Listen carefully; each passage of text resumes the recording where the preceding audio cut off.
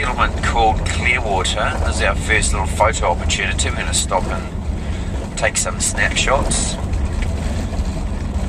There's about 190 dwellings here, and it will not be added to because by law there's only allowed to be that many. And if you want to build here, you have to build on an existing, where the old holiday home is, or what they call a batch. And batches in New Zealand is a nickname we call our holiday homes, which is short for bachelor pad. Goes back to when the early settlers turned up. Here were mainly male, and they just lived in these basic tin shacks, all these basic shacks, and that's what the first ever batches were. Really basic operations on here. Raise aerial, turn on, point west, which is always in that direction. Wait for signal. Now sometimes the signal can take minutes, and then press 1, which is what do you call it? Not recorded. It's pre-programmed. Thank you. Are you recording this with my... I am, yes, because I'm vlogging. So you're going to go on YouTube. Yeah, I'm going to go on YouTube. Yeah, you are. Hi, YouTubes. How you going? This is Brent. Hi, I'm Brent. And you're One YouTubes. One syllable. Yeah, and then so 1 for the office, and then 5 for to ring the emergency. Okay, so number. So here is the phone itself. I've just been charging it. This is not the aerial. Got to take it out of here. This is the aerial. Okay. Wow. Oh, that's a big aerial. Check how big that aerial is. Power button, really quite tricky. Oh, yes. Power turns on. Works just like a mobile phone. And we just got to wait for the signal to turn up, and then just do press 1 and hey presto. Okay. That's it. Simple. Alright.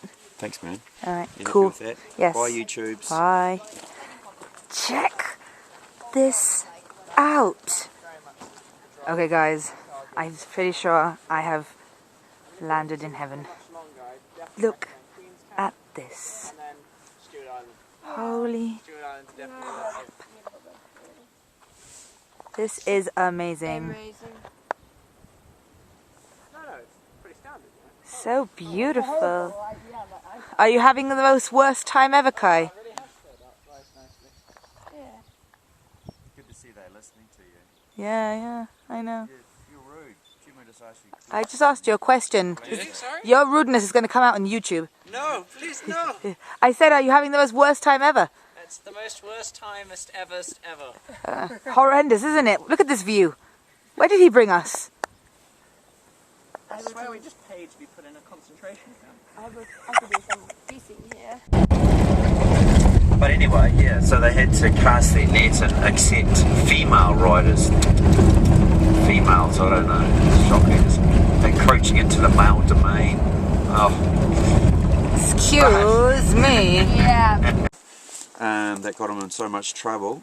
So as you can see, we just took it out, a clipping out of the paper to take that photo, to get that in there.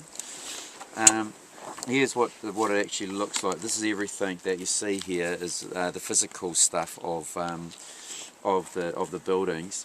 All the other buildings that were in the scene were all computer generated. So I've got some photos to show you the contrast of that.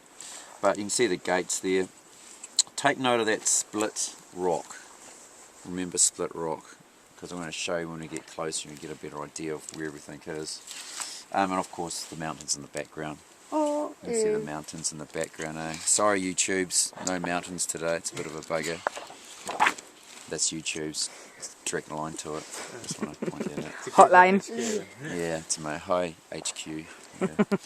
Yeah. So here the Rohan riders, they're all of the female variety. You guys are quite good horse riders apparently, so most of them are chicks. Going out to battle. I've got the flag, you'd be glad to know I've got the flag for a photo opportunity. Here's an example of all the tents, etc., and the marquees and the shipping containers, and that was situated just over there in the plateau. So a huge operation. When you see that, I mean, it's a massive operation. Crazy to think about it. I mean, the actual filming of this part in the movie equated to about 20 minutes of the Twin Towers. So 8 months of work, plus the 2 months they took to take the everything down. There's 10 months right there. That's my maths. 10, 8 and 2 equals 10. Us New Zealanders are brainy YouTubes. Now, obviously here we're just got an example, massive big forklift to bring everything up. This is a favourite picture of mine. The lads making a New Zealand invention meal. Bacon and eggs invented in New Zealand. No, it wasn't really. Yeah, it's a yeah. The lads there just obviously lived up here during the building of when they're building stuff. And of course most of the time up here they're building through in the winter, so it's pretty harsh conditions. You can see the guys rugged up there having a bit of a nap on the job. Just a close up. We've got you can see start to see the detail of the buildings there. I mean, you'll see in some pictures later on that the detail that was put in is just is quite phenomenal. And yes, that'll do for now. So there we go, there's a better picture of what the mountains are behind. The mountains, they're all over about 2,000 metres in height all the way around here. So it kind of, this little mountain here is around about 650 metres above sea level. So you can understand why it's dwarfed by the other mountains. No pun intended, dwarfed, get it? That was good. That wasn't that good, YouTube, sorry.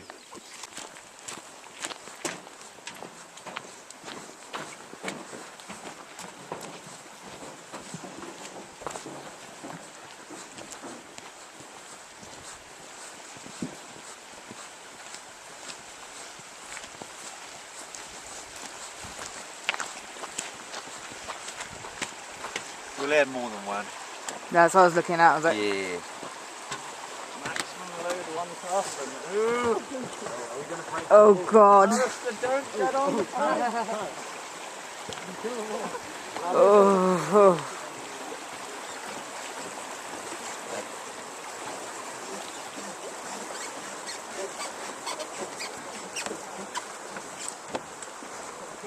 Completely freaked out. Check this out. There is the car, the Jeep in the distance, and we have walked all the way. And now we are up on this lovely mountain.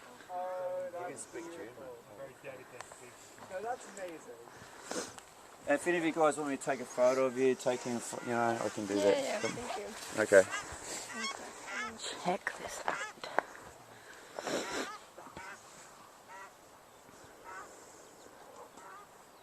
Amazing. So normally it's quite clear because the wind is so Yeah, harsh. so it's windy. Yeah, exactly. It's Yeah. less This is quite unusual. Okay. Is there anything else on the other side? There's a certain average symbol. Oh, beautiful. That is actually amazing. Sorry.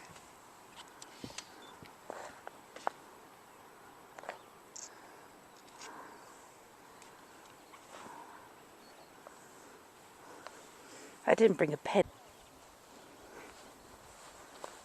This is awesome. Totally awesome.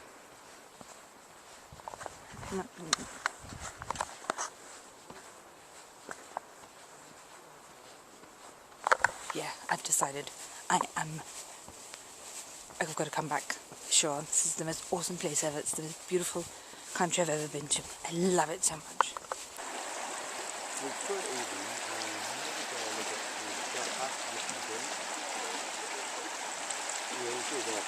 Amazing. Sitting in bubble patches.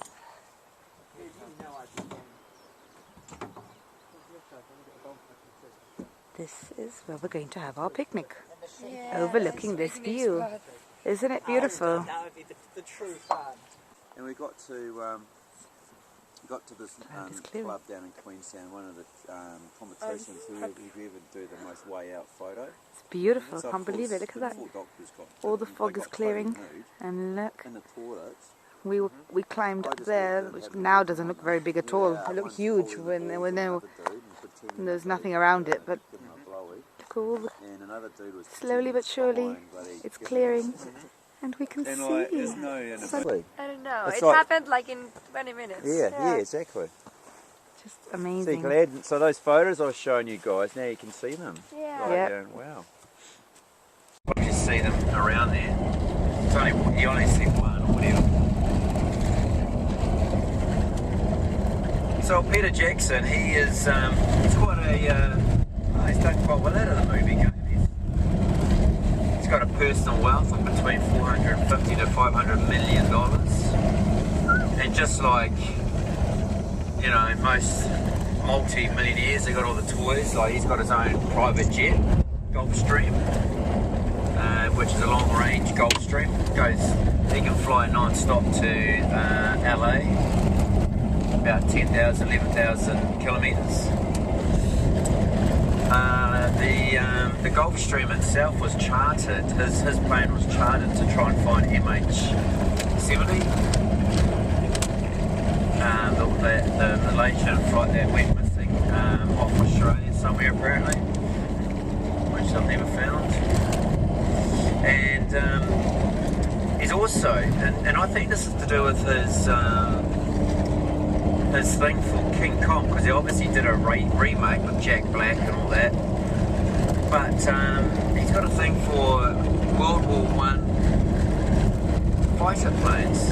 He's got one of the biggest collections of World War I fighter planes. Now of course the old World War I fighter planes were biplanes, and you saw one of those that were in the original King Kong movie flying around the Empire State Building. But if you do want to have are any of you guys going through the Marlborough region? The biggest wine region in all of New Zealand? And the top of the top of the South Island? Sadly not. You're not? No, bugger. Well, there's the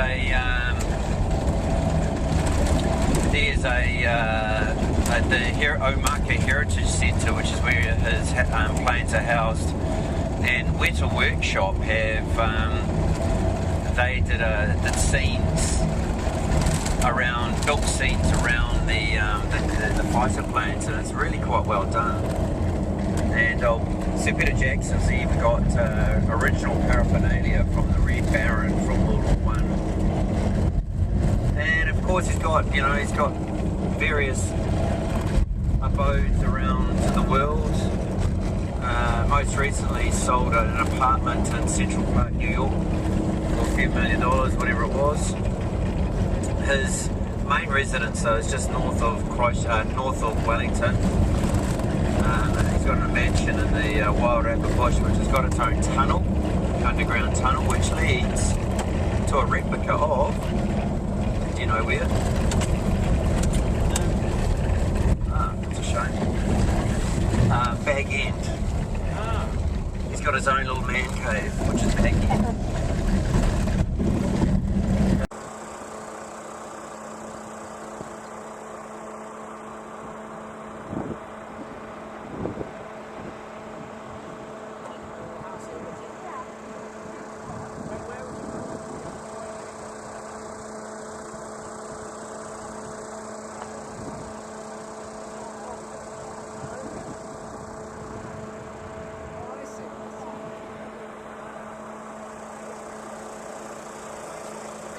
Kai, say hi Kai. Hi. This is Alistair. Hi. And we are geocaching. And this is their first geocache. So it may or may not be somewhere around here. Oh, I have no idea where I have no idea. Oh, I have no idea. Oh, I don't know where it could be. Possibly. Nothing around here. Nothing. There's nothing. no, is there nothing no. around there? Do you Clearly want to not. go and pick it up? Get it out? Go on, Kai, you can be honest. Oh, what have I found? Nothing. Nothing's here. Alistair, can you find it? It's totally not there. Totally nothing around there. Actually, where is it? I don't. Yay! I deliberately reached around. Yay! There it is. Huzzah! Victory of triumph. Okay, so if you hold, can you hold the camera for me? So now what I do is, I always have a pen with me wherever I go, and I sign, now, because I'm a member, so I put the date, so today's the 24th, so someone did find it today. So, hang on a second, being left-handed. Sure. So it's the 24th today, 8:14, and I put my geocaching name, which is GemJib, and then I put TFTC, which is thanks for the cache, and a smiley face, and that's me. Yay. This is my 115th, I think now. Wow. Now, Very nice. there's nothing interesting in this one, but the bigger ones have travel bugs. Tiny pink thing. Oh, very Little cool. pink monkey. Yeah. Yeah, Apart from the tiny pink monkey, there's nothing in no. But the bigger ones have travel bugs, and that's what got me into it, because travel bugs have a little serial number attached to them, and you can log where they've been around the world. And you can take them and put them in a different cache. That's what got me excited about it. Oh, that's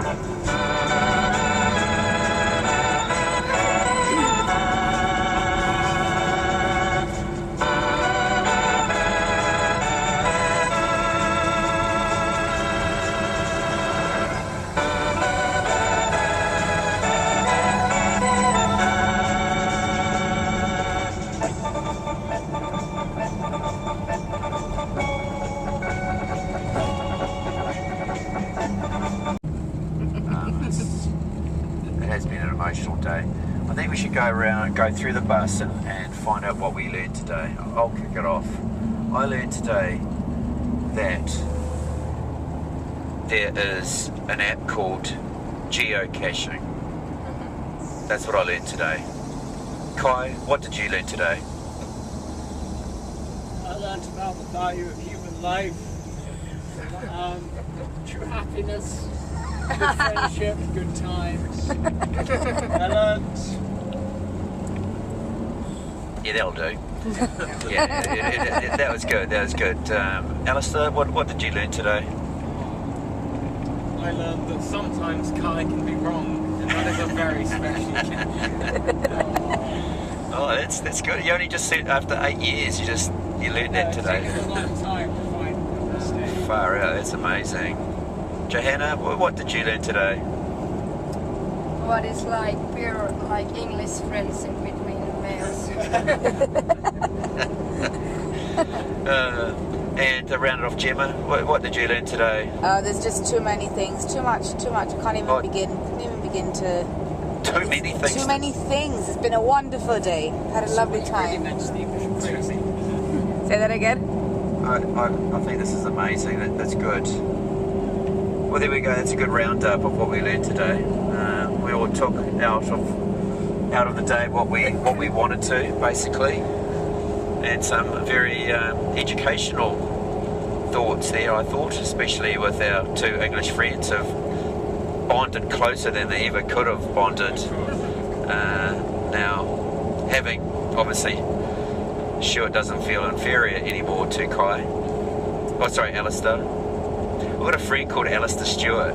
That's why I just said Stuart. That's weird, isn't it? Stuart is my dad's name. Oh, really? Yeah. Oh, awesome.